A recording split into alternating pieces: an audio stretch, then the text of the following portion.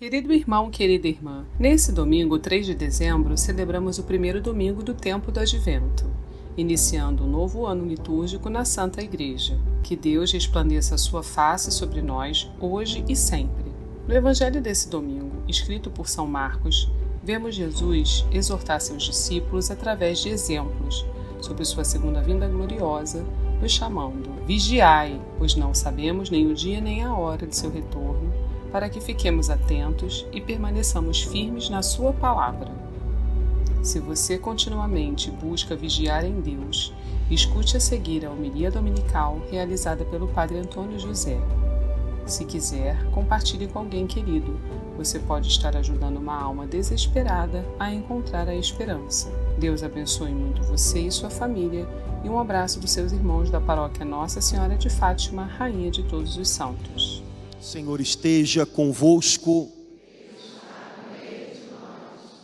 Proclamação do Evangelho de Jesus Cristo segundo Marcos. Naquele tempo, disse Jesus aos seus discípulos: cuidado, ficai atentos, porque não sabeis quando chegará o momento. É como um homem que, ao partir para o estrangeiro, deixou sua casa sob a responsabilidade de seus empregados, distribuindo a cada um sua tarefa, e mandou o porteiro ficar vigiando. Vigiai, portanto, porque não sabeis quando o dono da casa vem, à tarde, à meia-noite, de madrugada ou ao amanhecer, para que não suceda que, vindo de repente, ele vos encontre dormindo. O que vos digo, digo a todos: vigiai. Palavra da salvação. Irmãos queridos, começamos hoje a celebrar o tempo do Advento, que vai preparando a gente para celebrar a grande festa do nascimento do nosso Salvador. Você já deve ter percebido no clima, no ambiente, que o Natal está chegando. Se você tem saído nas ruas nos últimos dias, você já percebeu que o trânsito já está mais complicado, o pessoal está mais... Madureira deve estar um negócio, né? Um fervo, né? A coisa. Mas a gente sabe que Natal e tudo que a gente precisa colocar no lugar para celebrá-lo bem, tem nada a ver com essas coisas. Tem a ver com coisas que estão bem mais aqui perto da gente.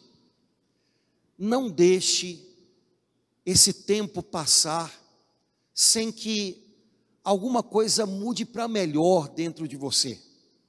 Se não é mais um Natal, é mais uma correria, é mais preocupação com um dinheiro que às vezes a gente não tem, mas acha que tem que gastar. Não perca a chance de viver algo especial com Deus dentro. Mas durante o tempo do Advento, a igreja não só lembra a gente que o Senhor Jesus veio, mas ela lembra a gente que Ele prometeu um dia voltar.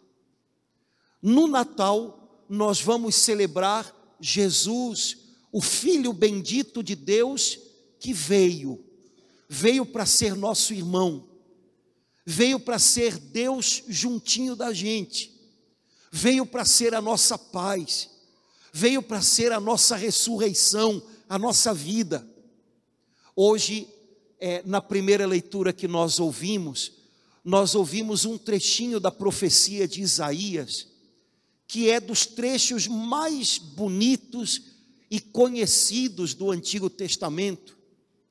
Isaías estava arrebatado pela glória de Deus, pelo amor de Deus, e a alma dele gemeu: ah, Senhor, se rasgasses o céu e descesses. Então, no seu íntimo, na sua contemplação da glória de Deus, ele deve ter visto a vinda do Salvador. E então ele diz: o Senhor desceu e veio. E é isso que a gente celebra no Natal. Ele veio. Os céus se romperam e o Filho de Deus veio. E as montanhas se derretem. Ou seja, aquelas coisas que parecem imensas diante da gente, impossíveis de ser vencidas, elas se derretem diante dele. Mas esse Filho bendito de Deus, que rasgou o céu para vir ter com a gente, que desceu, ele cresceu, ele sacrificou a sua vida na cruz, ele ressuscitou, ele voltou para junto do seu Pai e nosso Pai. Ele deixou o seu Espírito Santo vivendo na gente, para que a gente não se sinta órfão, para que a gente perceba o quanto ele está perto, mais perto do que qualquer outra pessoa pode chegar. Ele está muito perto. O seu Espírito Santo vive na gente. Ele prometeu: eu não vou esquecer de vocês nenhum dia, até o fim dos tempos. E hoje o apóstolo Paulo disse para a gente: Deus é fiel. E eu tenho certeza que se você olhar um pouquinho para trás, você vai lembrar que mesmo nesse ano de 2023, que pode ter sido difícil, que pode ter trazido notícias complicadas, mesmo no meio de tudo isso, ele continuou sendo fiel. Você conseguiu ir adiante porque ele estava lá com você. Ele prometeu voltar.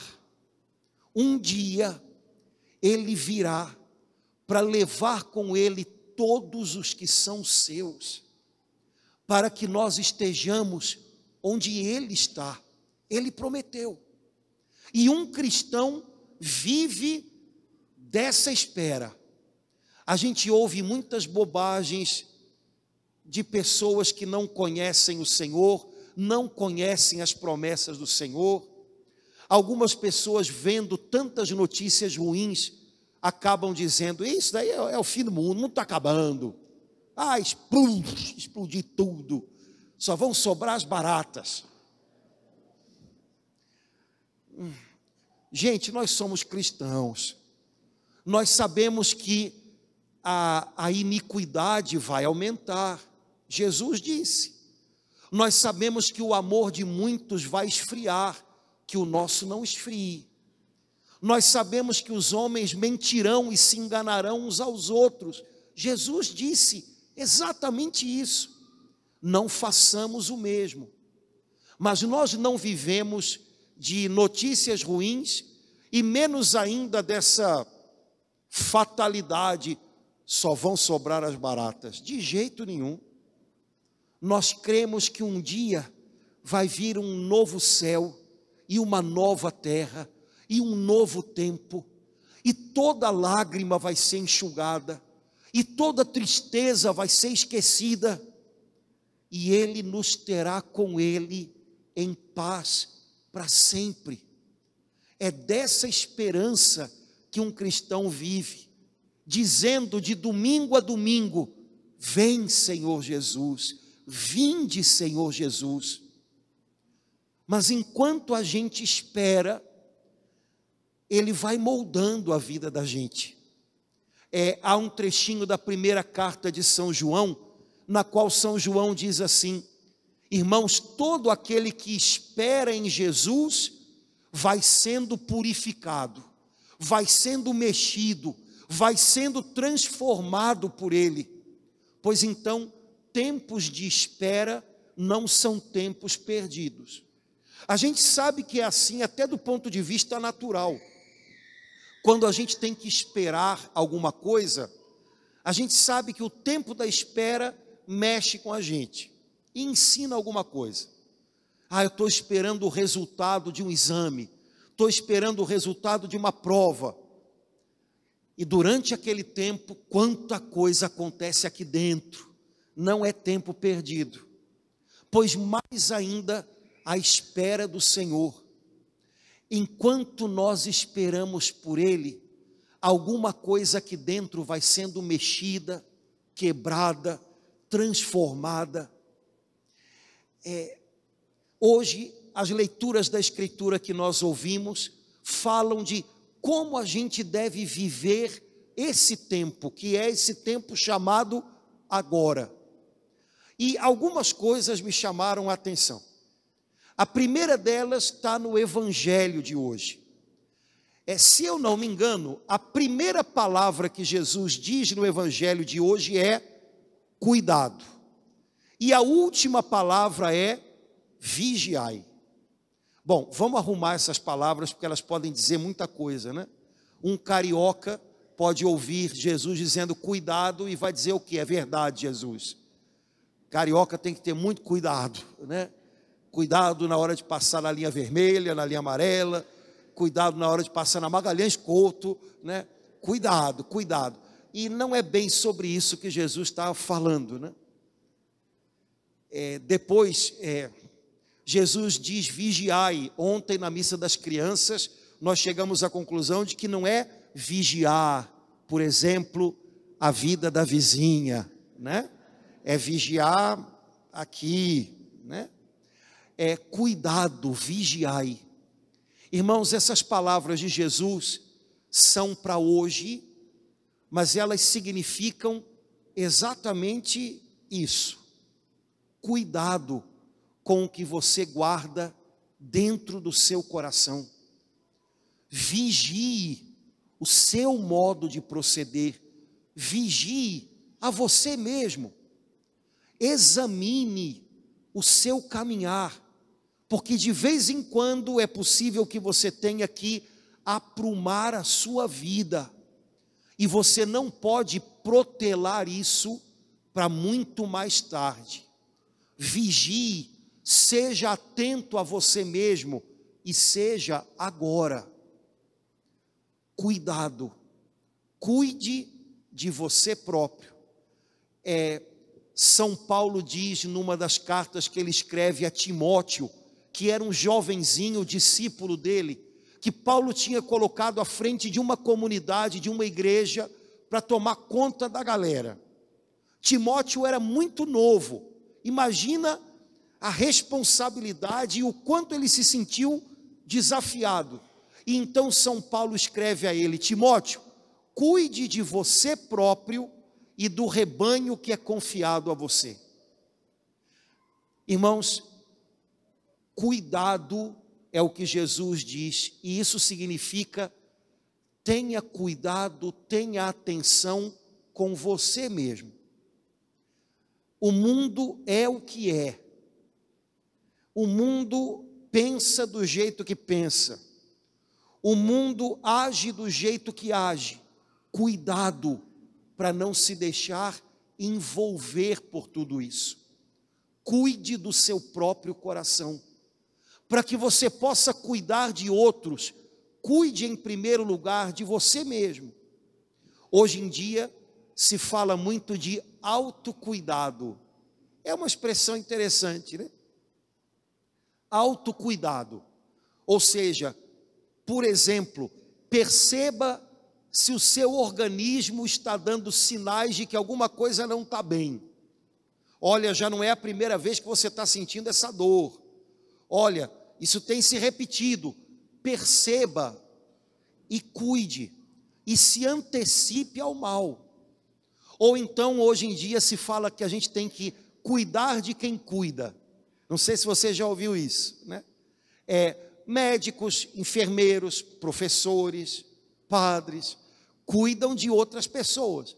Então agora se diz, a gente tem que cuidar dessas pessoas que cuidam de outras, porque senão elas vão pipocar. Pois é, hoje Jesus está dizendo para a gente, para você, cuide de si mesmo, para que você possa cuidar daqueles que eu confiei a você. Agora, Jesus não está dizendo com isso que nós temos que ser pessoas que só olham para si próprias. Não é dessa maneira que ele fala, né? O que Jesus nos ordena não tem nada a ver com egoísmo, mas é cuide do seu procedimento, cuide da sua alma. Você tem uma alma para salvar, cuide dela. Cuide do que você deixa entrar na sua alma e alimentar a sua mente.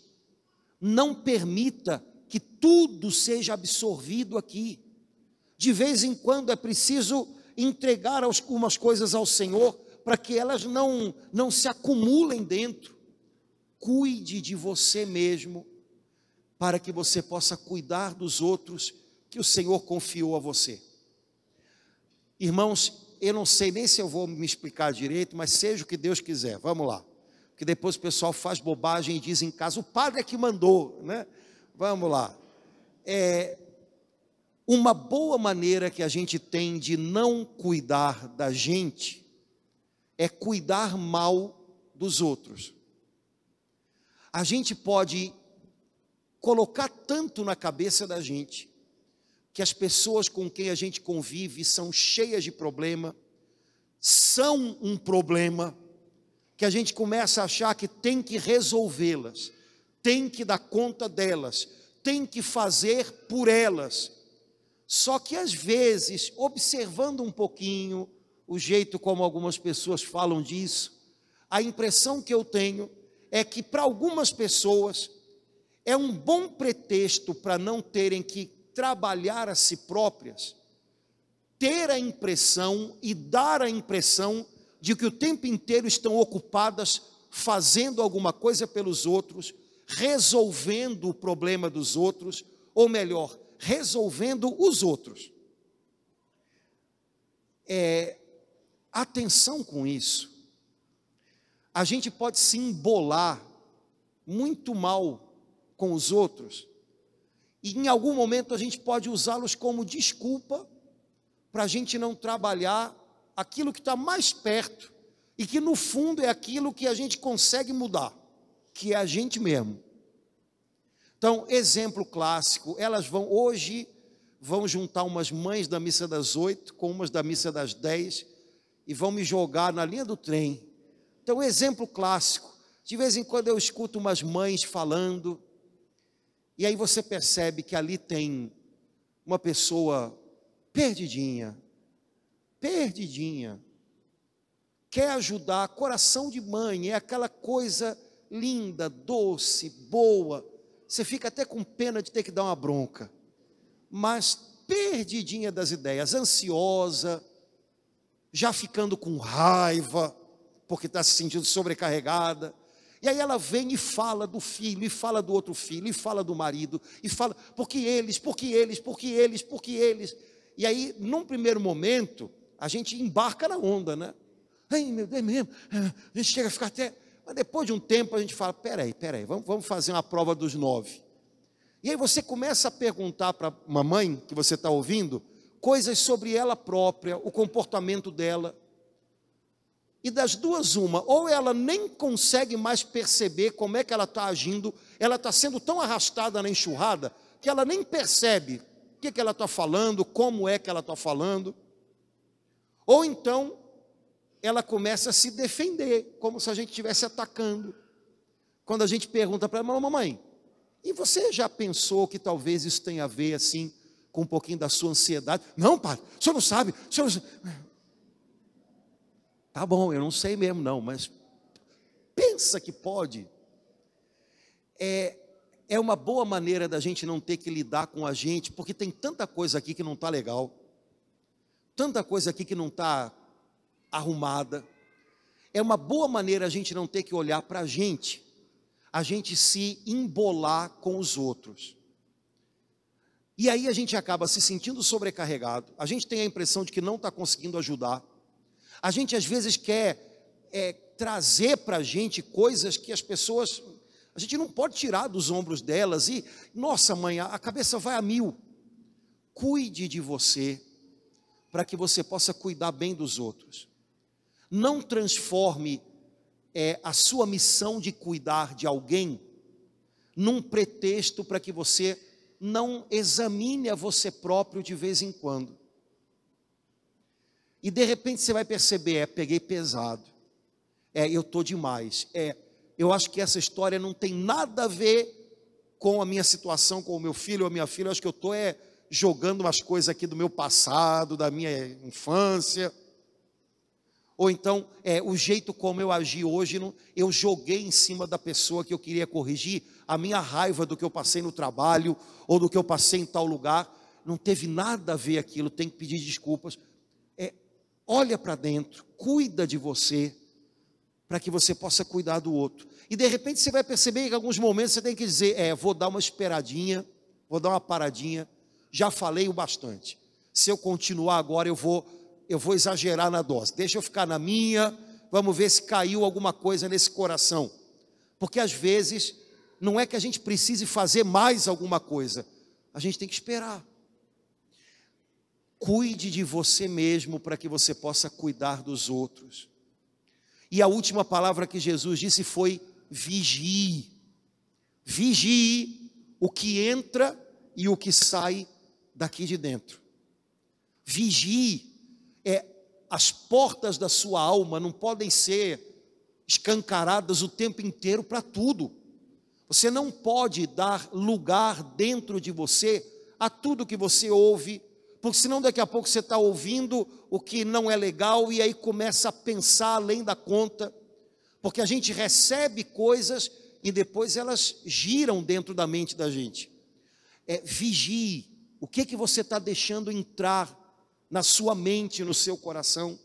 Vigie o seu modo de agir, o seu procedimento. O pessoal que é mais da minha idade, quando fez catequese, naquele tempo em que a gente tinha que aprender umas coisas decoradas, boas, eu aprendi com a minha catequista que todo dia a gente devia fazer exame de consciência.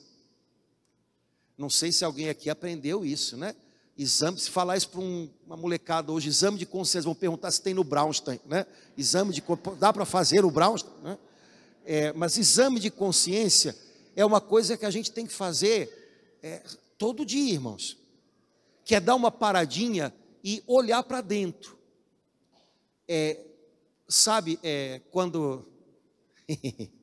Quando aquela pessoa que tem toque vai viajar, já viu pessoa que tem toque viajando? Ela arruma a casa, beleza, e aí quando está saindo, peraí, última inspeção, aí ela vai para ver se a luz está apagada, se o gás está desligado, ela vai ver se a janela ficou fechada para não entrar ninguém. Pois eu não digo para você ter toque não, mas todo dia a gente tem que fazer uma inspeção aqui dentro. Vai caminhar pelo seu dia, pelas suas lembranças, e ver se tem algo a ser apartado de você. Coisas que a gente deixa aqui dentro, naturalmente elas crescem. E há coisas que a gente não pode deixar crescer. Vigie-se. Não é para vigiar a vizinha, Vigie-se. Sem isso, irmãos, nós estamos em perigo. Um cristão que não se vigia, um cristão que não tem cuidado consigo próprio, um cristão que não examina a sua consciência com constância, um cristão que não se apruma com Deus de vez em quando, logo ele se perde na ansiedade, tentando acertar, ele se engana com as coisas que o mundo oferece, porque às vezes o que o mundo oferece parece solução, e parece que é solução para já, só que se afasta a gente de Deus, não é solução. Vigilância. Jesus compara a sua ida para o Pai e a sua volta com a viagem de um homem que entrega sua casa para ser administrada pelos seus empregados. E Jesus diz, quando um homem viaja e deixa a casa na mão dos seus empregados, ele entrega a cada um a sua tarefa. Eu acho essa palavra tarefa bonita. Tarefa significa, fulano, sua tarefa é fazer isso e isso, combinado? Beleza, ok.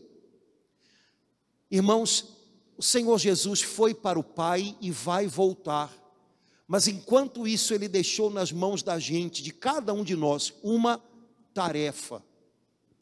Você tem alguma coisa a fazer, Deus está esperando por ela, hoje, O problema é que a gente às vezes fantasia o que pode ser a nossa tarefa e a gente acaba, olha como a gente é bom para fazer isso.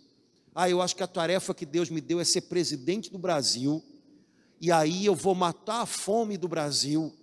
E não, mas olha só, traz um pouquinho mais para cá. Hoje, qual é a tarefa que Deus está confiando a você?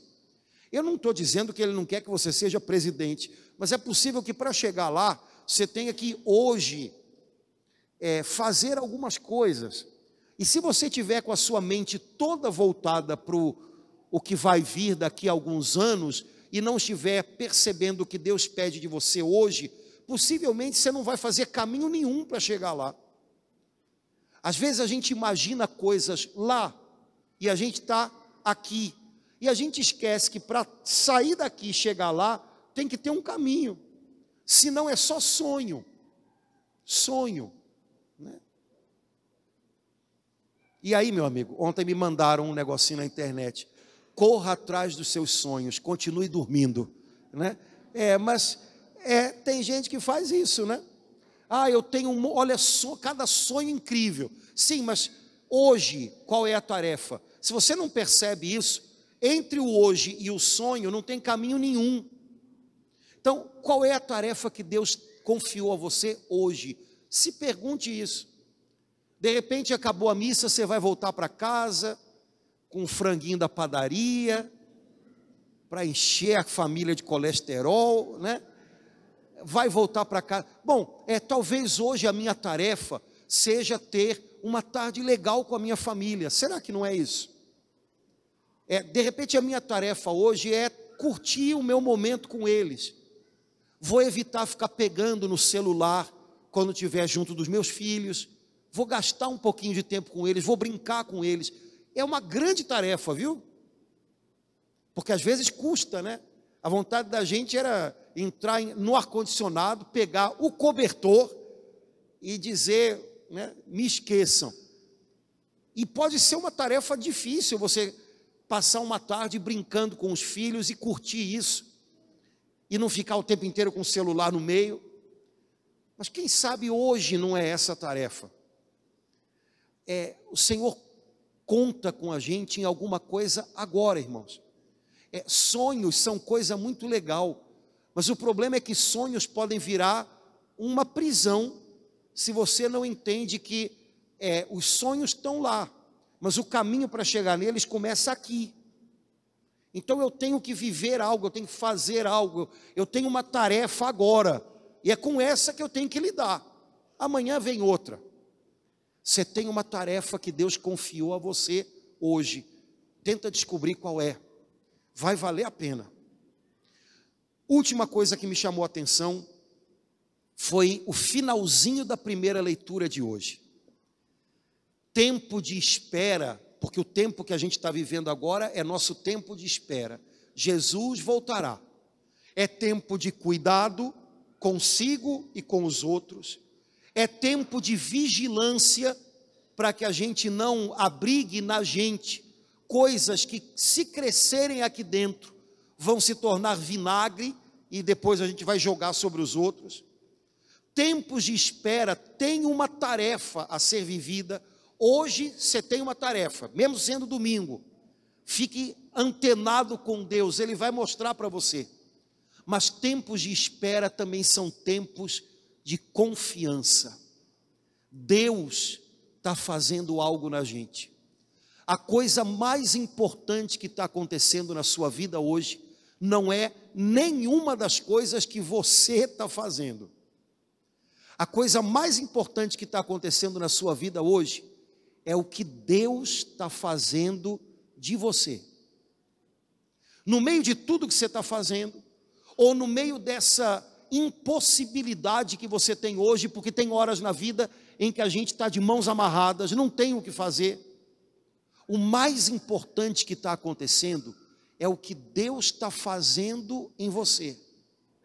E eu tenho certeza que Ele está fazendo algo muito especial, que vale muito a pena. Mas o segredo é a gente aprender a confiar nas mãos dEle. Hoje, no finalzinho da sua profecia, Isaías disse assim para a gente, ou melhor, ajudou a gente a dizer ao Pai: Pai, o Senhor é nosso oleiro, e nós somos como barro nas suas mãos, que o Senhor está moldando. Irmãos, talvez uma das imagens mais bonitas que a gente tem na Bíblia sobre a nossa história com Deus é essa.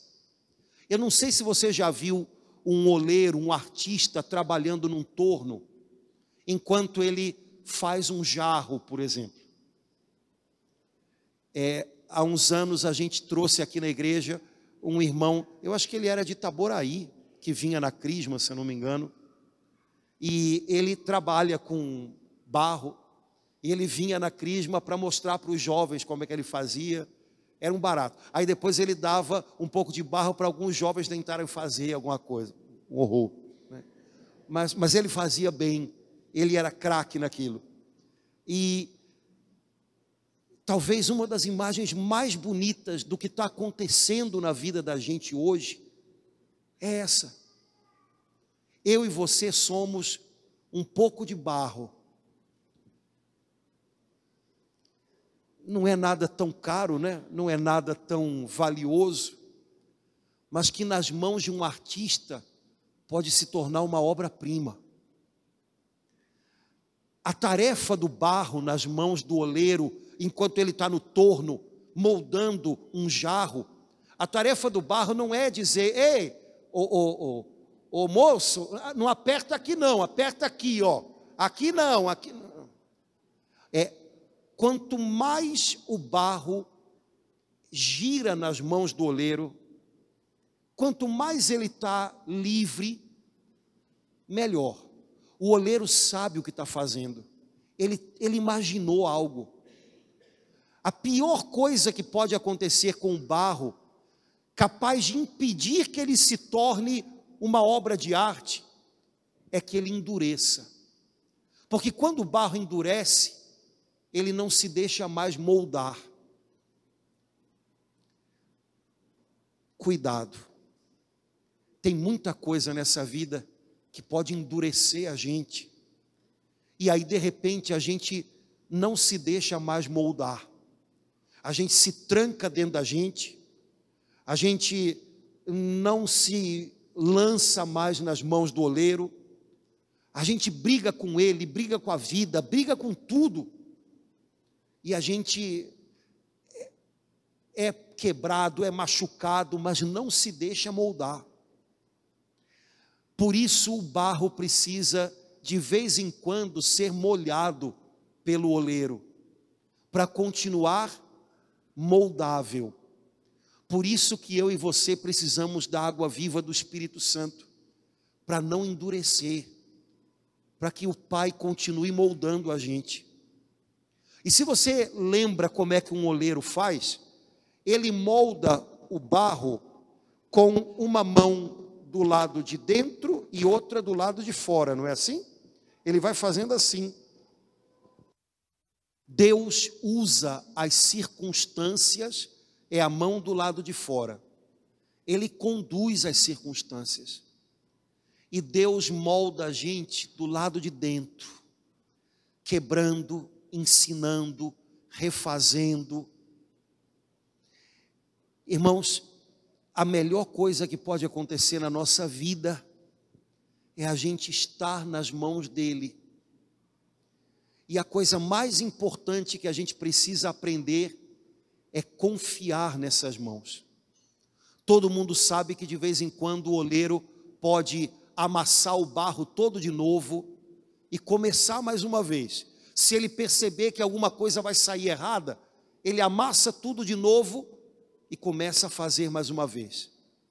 Tem horas na vida da gente que a impressão que a gente tem é que Deus está fazendo isso.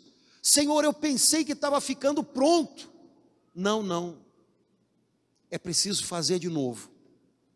Não era do jeito que eu tinha sonhado. Não era do jeito que eu imaginava você. Tinha algo ali escondido que ia acabar quebrando você. Então ele desmancha tudo, ele desfaz e ele refaz. também nas horas em que Deus desfaz a gente precisa aprender a confiar nele, para que ele possa refazer.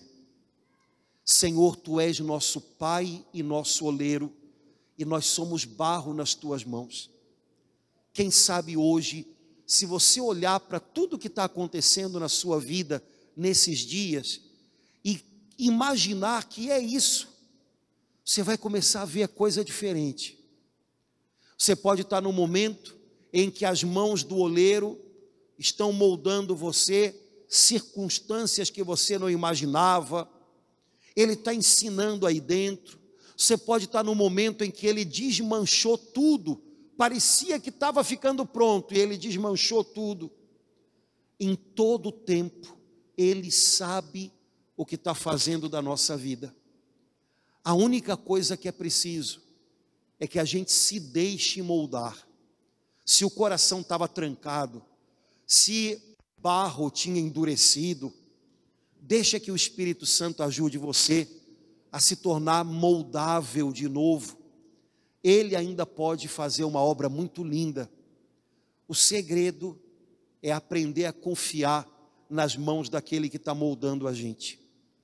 Que nesses dias, que nesse tempo de advento, que na vida que o Senhor nos deu, a gente aprenda a cuidar-se e cuidar. Que a gente aprenda a vigiar esse santuário que Ele pôs aqui dentro, para que a gente não traga lixo para um lugar tão santo. Que a gente a cada dia descubra a tarefa desse dia, que pode ser até ter uma tarde de domingo legal com a família, e que não importa em que momento a gente esteja do trabalho de Deus, que em todo tempo a gente se deixe moldar por Ele, que o nosso coração não se torne duro, mas seja um coração de tal maneira entregue nas mãos de Deus, que Ele possa completar a obra que Ele já começou na gente.